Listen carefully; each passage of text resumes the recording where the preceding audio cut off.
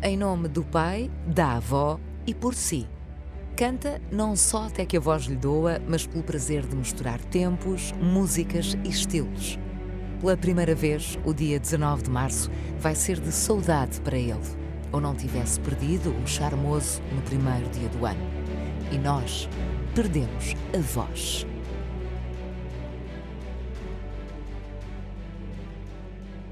O cantor Gil do Carmo é o convidado desta semana da Cultura Tática. Muito obrigado, Gil, pela sua presença. Obrigado pelo convite. É um enorme prazer e também uma enorme honra estar neste dia connosco. E o António vai-lhe explicar porquê, porque este convite não é um convite feito à toa, digamos assim. Não é só pela admiração que tem pelo Gil enquanto cantor, António, mas também pelo dia. Hoje estamos a celebrar o Dia do Pai. E o pai do Gil, o Carlos do Carmo, foi o nosso primeiro convidado e é também uma forma de o homenagearmos aqui. Exatamente, muito bem dito, Pedro. Repito, obrigado, Gil, obrigado, por ter vindo. Obrigado. Mas não podíamos deixar de expressar o nosso apreço por ter vindo e, sobretudo, ao pai. Muito o obrigado. pai foi o primeiro convidado neste programa que dura já quase 3 anos, na Casa do Fado. Precisamente a casa dele. É, portanto, um dia e um momento muito especial. Não há rigorosamente nenhuma hipocrisia em tudo o que combinámos e em tudo o que quisemos fazer neste dia, com a sua presença, porque expressa e significa a continuidade daquilo que foi um homem culto, bom, e ainda por cima com um talento extraordinário para nos pensar, entreter, ouvi-lo, com aquela voz fascinante de uma música tão especial como é. Vou ser aqui um bocadinho. É verdadeiramente à portuguesa. Portanto, obrigadíssimo por ter vindo. Obrigado. Fico comovido e nada melhor que celebrar a vida do meu pai e desta forma. Ele era apaixonado por futebol, ainda por cima, como vocês sabem. E num dia como este, esteja ele onde estiver, é a melhor forma de celebrarmos a vida e a vida do Charmoso. Sim. Portanto, está Exatamente. Charmoso. É assim que o trata. Sim. E não fui eu que lhe dei a alcunha. Quem lhe deu a alcunha foi o José Carlos Dari dos Santos e o Paulo de Carvalho. E tratavam-no sempre por Charmoso.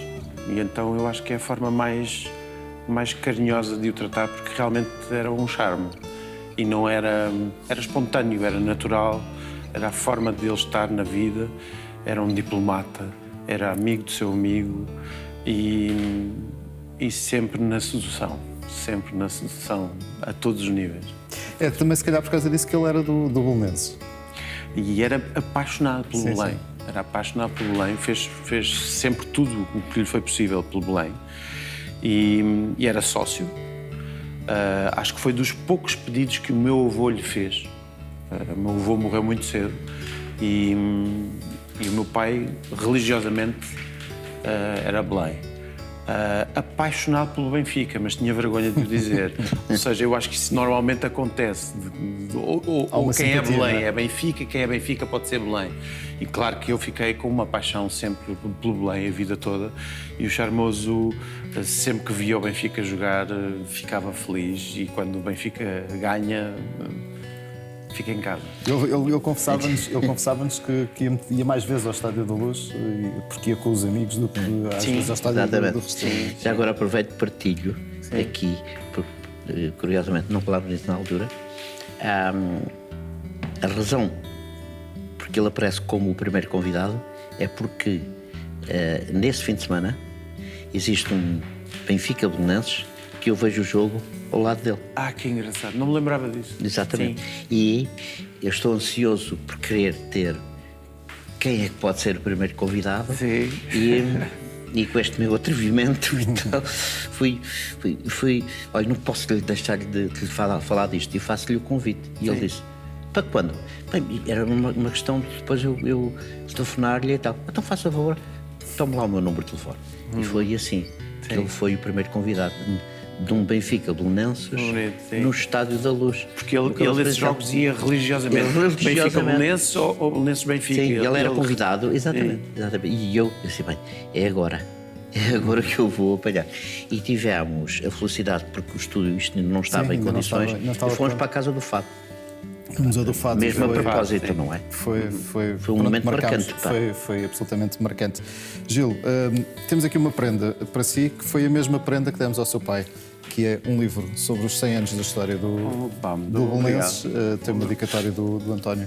Muito obrigado. Para si, gostaríamos que ficasse também com essa recordação pela sua passagem aqui. Sim, senhor. Ele também lhe passou essa paixão pelo Belenenses, assim? O meu irmão é Belém. O meu irmão é Belém e eu sou benfiquista, pá. Porque o meu pai, sem querendo, ao levar-me ao Estádio da Luz, quando eu era miúdo, e ali estávamos a falar ainda há pouco em off, da importância que teve para mim o antigo Estádio da Luz, que era de uma imponência magistral, não é? Lembro-me de ver jogos como o Benfica, a Universidade de Craiova. Houve ali uma série de jogos que eram emocionantes. Sim. Epá, eu ficava maluco com aquilo, de maneira que sou benfiquista. E é um benfiquista militante? Ou... Não ainda por cima, porque eu não percebo nada de futebol. Ou seja, eu gosto de ver um bom jogo de futebol, mas nunca foi o meu desporto. Eu nunca tive jeito para jogar futebol. Nadei, fiz um monte de desporto, e continuo a fazer algum desporto, mas nunca fui do futebol e não tenho jeito, portanto não percebo, até fico com vergonha de falar porque é uma coisa que eu não percebo, portanto não... É engraçado o Gil dizer isto porque ontem, numa conversa com uns amigos, eu dizia assim, a FIFA fez algumas alterações, não é? Ou ajustamentos, e é ridículo aquela de que agora o pontapé de saída tem que ser para trás, não é? E eu começo a pensar assim, mas está tudo doido. Mas a alteração que se faz é que se já para trás. Eu pensei que isto era para jogar para a frente. Começa-se logo a jogar para trás. E então nós assistimos a bola andar para o lado e andar para trás não sei quantas vezes. Não é verdade? Sim. Portanto, Gil, se por acaso quiser gostar de futebol, lembre-se que agora joga-se mais para trás. Portanto, pode ser que consiga lá chegar com mais facilidade. Eu gosto e sou fanático da nossa seleção e claro que temos os melhores jogadores do mundo, fico muito feliz com isso e adoro ver um bom jogo de futebol e sobretudo adoro o pretexto de ver um bom jogo de futebol para estar com amigos, beber uns copos, comer um petisco e tal e ver um convívio. Esse Estádio da Luz que falava nesse tempo, eram os de piqueniques que se faziam cá fora e que aquela malta de famílias completas. E vinham os autocarros das casas. Exatamente. do Benfica. E lá vinha o leitão e aquela coisada toda. E era realmente um ambiente muito diferente do de hoje, não é? É claro que nós não estamos a criticar através daquilo que existiu antigamente e que existe hoje, não é? Nós não estamos a fazer... Os tempos são diferentes, não é? É o que é, não é? Até não estamos a fazer comparações.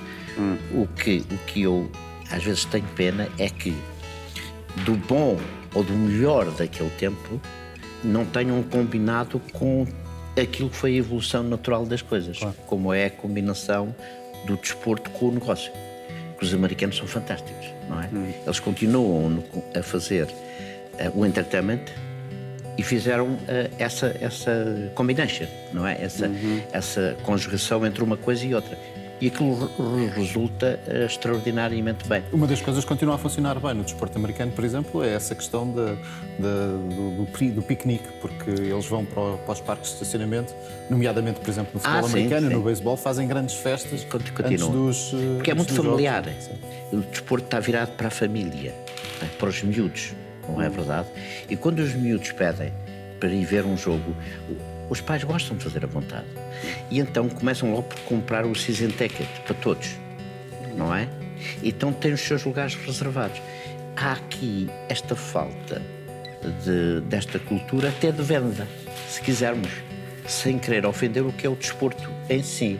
Um clube como o Sport Lisboa Benfica, que tem um estádio várias vezes cheio, não se consegue compreender que não haja 25 mil pessoas à espera de ter lugar, como existe em muitos clubes da Inglaterra. Portanto, é necessário ter uma cultura desportiva, uma cultura de clube, com certeza que aceito, mas há uma cultura de venda. Mas isto não é só apenas no futebol, é em muitas outras coisas. E vender é cativar, é trazer, é tratar bem. E acho que nos falta essa capacidade, tendo em consideração a vocação que nós temos para o jogo. É que não é todos os dias nascem miúdos que sabem jogar. E é uma riqueza simplesmente extraordinária. Os outros países que com muito mais potencial que nós, não é? No tamanho, E o Benfica, o nosso Benfica é uma grande marca. É uma grande marca. Grande não é? marca. Já o pai dizia isso, não é? Mesmo. E, portanto, é um facto. Sim. Mas estamos a assistir com a distração, digo apenas para não ofender ninguém, do Sport Lisboa Benfica. Já se fala muito mais do Porto lá fora do que do próprio Benfica. E, portanto, é preciso ter cuidado com isso, porque, afinal de contas, quando se olha o currículo dos últimos 30, 40 anos, verificamos que o Porto ultrapassou.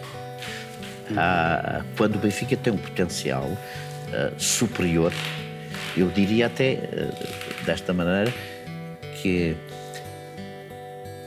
a grande responsabilidade da evolução do Futebol Clube do Porto, desportivamente falando, foi o Pinto da Costa. Mas ele também é o primeiro responsável pelo Porto não ter crescido tanto. Está a ver?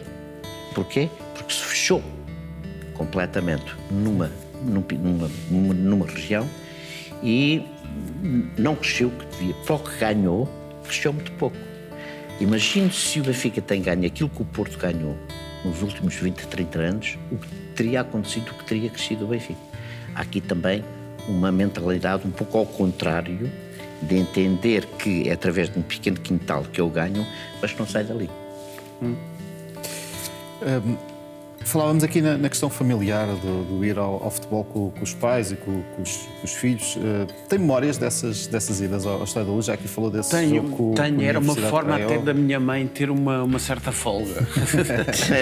A minha mãe tinha uma certa folga, ficava em casa, muitas vezes a fazer outras coisas, ou a ver o jogo, e era um momento de irmos os três com o meu pai, que era um acontecimento, porque eu começo a ver o meu pai com mais frequência com 8 anos.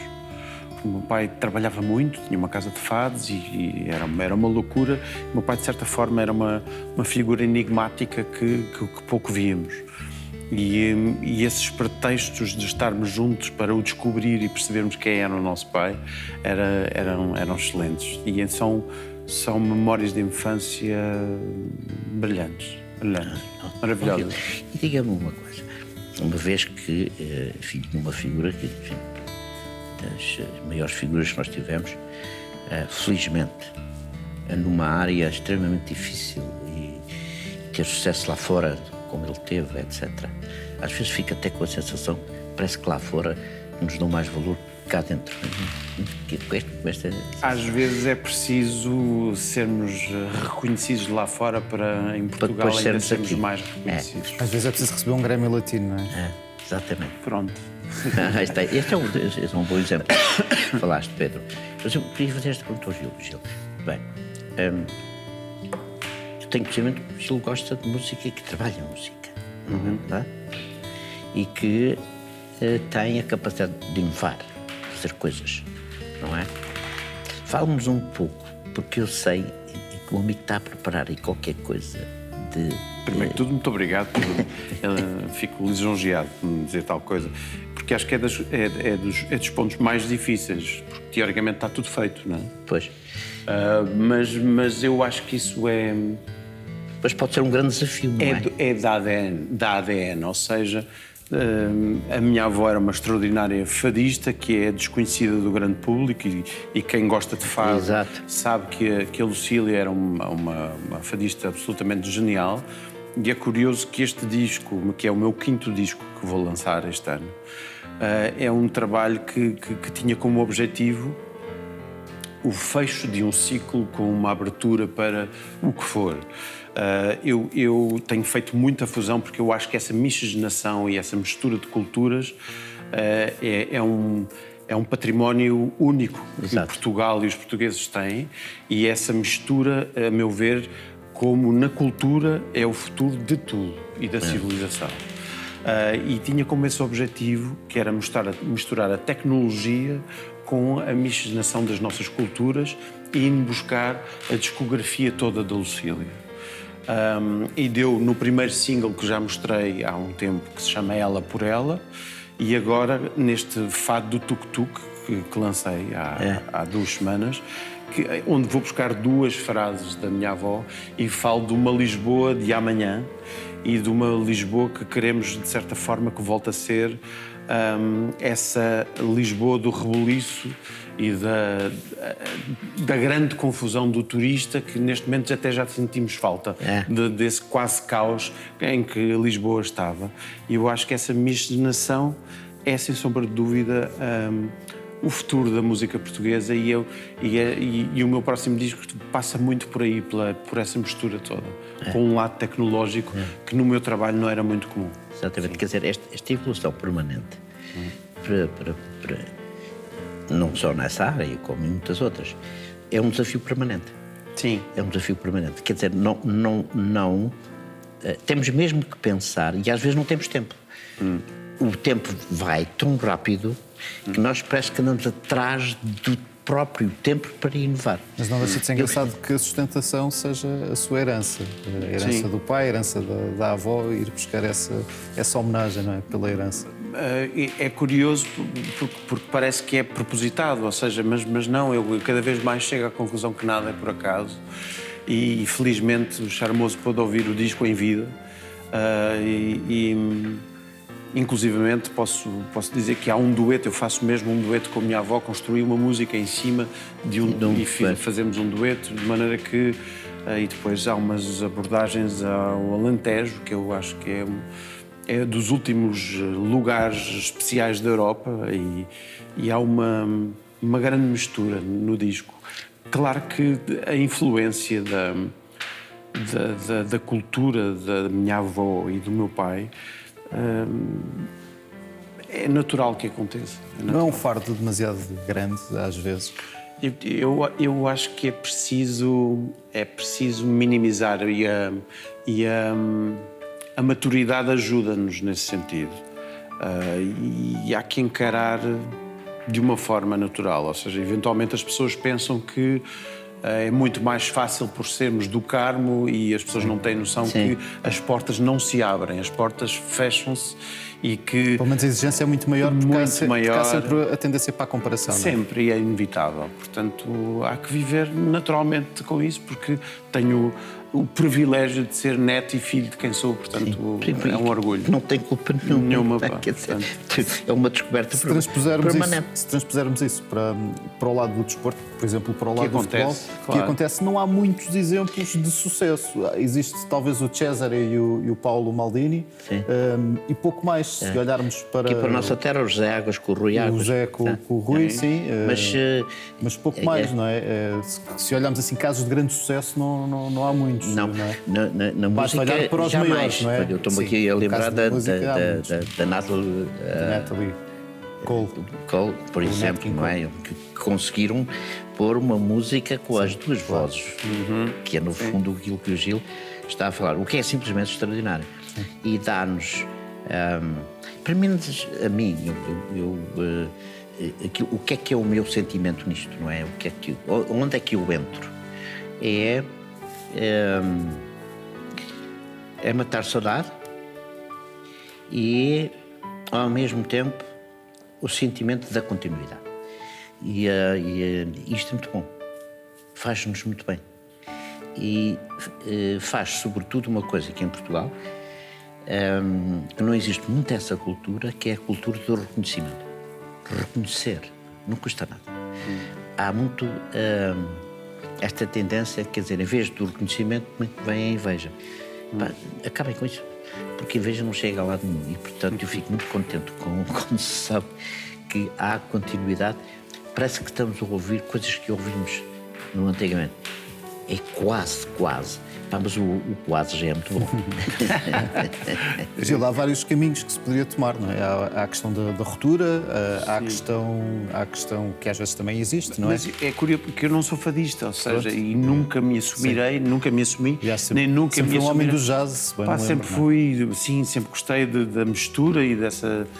Eu adoro música e acho que essa mistura realmente é que é o futuro, como é qualquer coisa. No futebol, quer dizer, as táticas todas, quer dizer, não podemos ser obtusos e quadrados e perceber que essa mistura é eventualmente o que se pode fazer de novo. Sim. Outra coisa que o Gil diz muito interessante, que eu vou aproveitar. O meu amigo está-me aqui a inspirar. Eu estou aqui a falar um bocadinho, se calhar demais. Que é aquilo que eu falo da multiplicidade de funções no futebol. Ou seja, hoje nenhum jogador deve apenas pensar que tem uma posição que obedece a uma função. Não.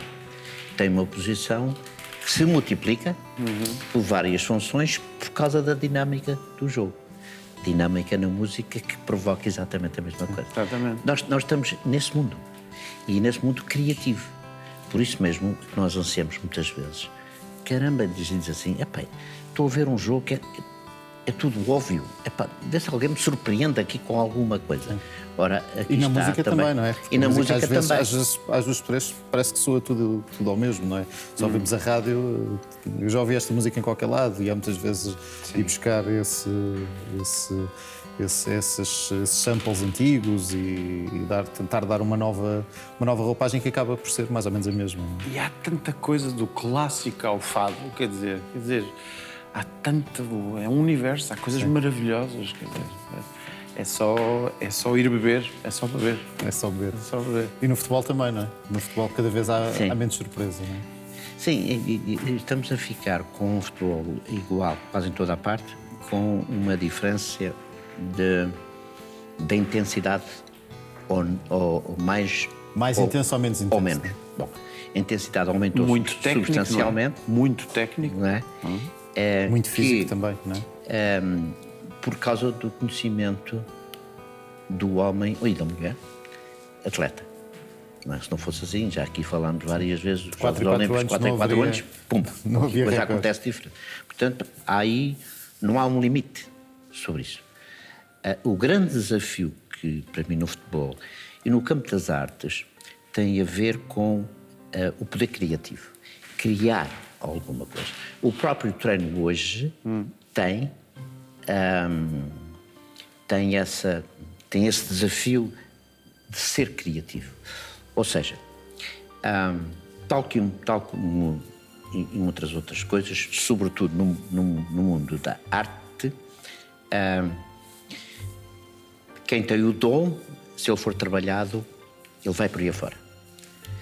Quem não tem, mas que quer fazer isso, pode perfeitamente lá chegar com trabalho. No caso do Cristiano Ronaldo é simplesmente extraordinário, essa capacidade de trabalho que ele tem, em que não chega a treinar, tem que aparecer alguém que sabe ensinar. E este é o grande desafio do futebol. Porque nós vemos muito jogador igual, muito bem treinado, mas não tão bem ensinado. E eu creio que no campo das artes é muito importante que apareça os tais génios, os mestres, etc., que lhe dá ali aquele toque e ele acaba por sair com alguma coisa que diz assim, cara, bem, não pensei que era capaz de fazer isto. Há sempre qualquer coisa em nós que nós descobrimos e que não devemos desistir quando esse próprio desafio nos invade. Assim, caramba, vou conseguir fazer isto. E consegue mesmo. Isso é muito bom. Eu ainda há pouco dizia quase bom. Não, isto é mesmo bom. E um bom jogo de futebol é pura arte. Pá. Completamente. É mágico. Pá. É mágico. É muito bonito. Que era o que estava a dizer. Mas hoje em dia, para ver um bom jogo de futebol em que se sinta, para além da capacidade competitiva das equipas, mas que seja ali não é assim tão fácil, não é? Vamos ter agora o europeu.